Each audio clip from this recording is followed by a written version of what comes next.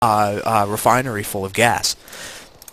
Now the expansion's gone up for Omni. He hasn't main-arted yet, which he should definitely be looking at doing. It's going to become pretty important for him to spread out these workers. He needs to transform these into warp gates as soon as he can, because that attack's starting to move out. He does scout it with the probe, though. I like that, leaving the probe just right in the front of the base. It's definitely going to die, but gives critical scouting information. So one of the big things about this map in particular, you'll see that the two Xel'Naga watchtowers are very spread out, and are pretty good about spotting when your opponents may be getting aggressive with expansions, or if they've moved their army out of position. It's not the best at seeing if there's just a gigantic attack coming straight through the middle, which is what there is right now. You can see Grizzly is starting to get to the outside of his base. It's 15 Marines. A lot of Marines is coming this way. And 4 Marauders, though there's still a couple walking down, versus 5 Sentries, 2 Stalkers, and 2 Zealots. He needs to make his move fast, though. Every second that he waits gives Omni more time for this base to kick in, lets him warp in more off of these 3 production structures to Grizzly's 2. So it looks like he has his 3 Marauders here and 13 Marines. But I'm worried he's waited too long. This is a pretty big force. And here's the engagement. They're beginning to fire. The force field's not the best here. Trapped a lot of the Zealots on the other side, so they had to walk through this narrow choke and get pretty torn up. But the supply count's starting to speak for itself. When you're at 8 minutes into the game and you're only at 50 supply, you can tell this is not your standard game of StarCraft 2, folks. And when you're at just a 5 supply difference, you can see that the army supply is actually significantly different. Right now, the Zealots getting in, starting to do some work. Grizzly is doing good stuff, trying to pick off as many of the sentries as he can. Those high gas units are very, very valuable when you only have 2 total Vespene geysers on 2 base. But he's pulling them back. Omni's doing some good micro, trying to keep them alive, but he ends up losing all of them in the end. Grizzly very smartly turning around now. He knows that there's nothing he's going to be able to do against the production that Omni has going on right now. See the 4th gateway and 5th gateway being added on right now. What's going on at Grizzly's base? He has the +2 upgrade. He did snag that early +1 upgrade.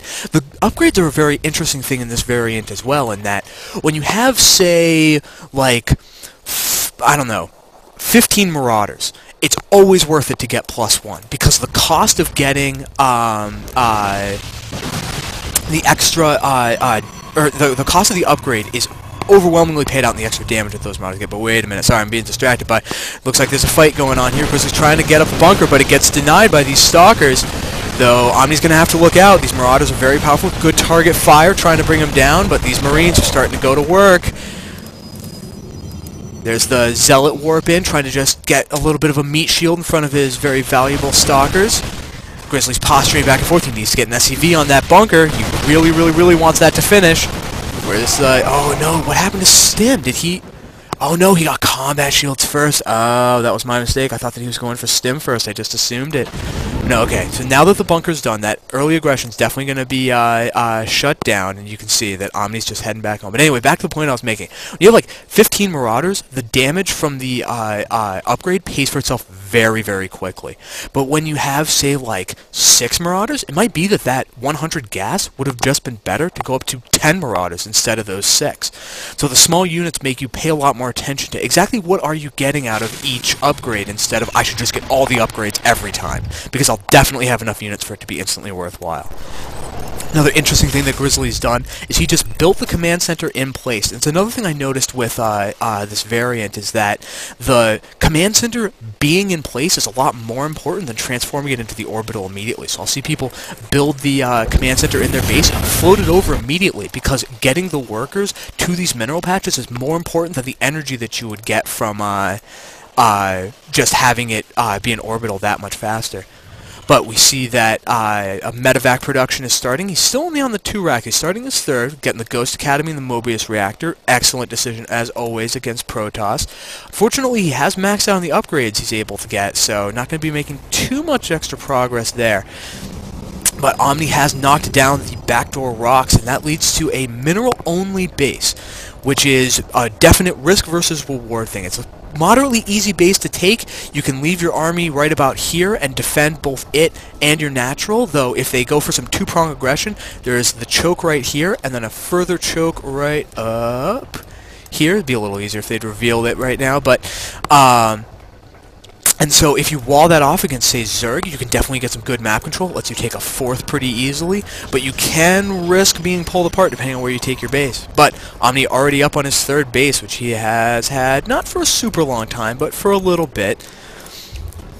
And already you're beginning to see the importance of expanding as aggressively as you can, because the mineral patches in your main and natural are only going to support you for so long. Already down to 4 mineral patches of those original 6.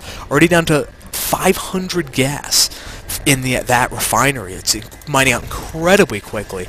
So Grizzly really needs to take another expansion. That's exactly what he's doing. He has the command center going down right in the back. But right now, you have the warp-in pylon, just in case. I like this pylon a lot. It's a very important spotter. It will die 100% of the time if the army's coming through here, but might just give you the time that you need to actually respond. Right now, Omni's going for, obviously, Templar tech. He has Psystorm done. Casters are very powerful when you have a small number of very important units, because assuming that you don't lose them, they'll be able to be constantly repeating the amount of damage that they're able to do. We have the first upgrade starting for Omni. He's getting the +1 armor, along with a couple more gateways. He has charge already done.